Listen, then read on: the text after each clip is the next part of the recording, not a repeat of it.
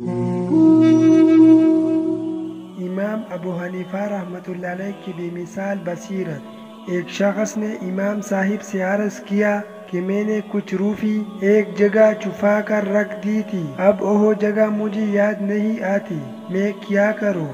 امام صاحب نے فرمایا کہ یہ کوئی فقہ کا مسئلہ تو ہے نہیں جو تم مجھ سے پوچھنے آئے ہو۔ پھر جب اس شخص نے زیادہ اصرار کیا تو امام صاحب نے کہا کہ آج تمام رات تم نماز پڑھو، انشاءاللہ اللہ کوئی صورت پیدا کر دے گی۔ چنانچہ اس شخص نے رات کو نماز پڑھنا شروع ہی کیا تھا کہ اسے یاد آ گیا اس نے روپی کہاں رکھی تھی، اور وہ نماز چھوڑ کر فوراً اپنا دفینہ نکالنے بھاگ کھڑا ہوا۔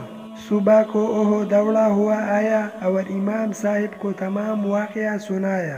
امام صاحب نے فرمایا، ہاں شیطان کیسے برداشت کرتا کہ تم سارے رات نماز پڑھتے رہو، پھر بھی تمہیں چاہیے تھا کہ سارے رات نماز پڑھتے رہتے۔ قربان جائے امام اعظم ابو حنیفہ رحمۃ اللہ علیہ کی بصیرت پر کہ کیسا عظیم المثال حل تجویز فرمایا کہ اس شخص کا کام بھی ہو گیا اور نماز کی تلقین بھی فرما دی۔ وظننت أنا أني بذلك حزت غنى فوجدت أني خاسر فتلك مظاهر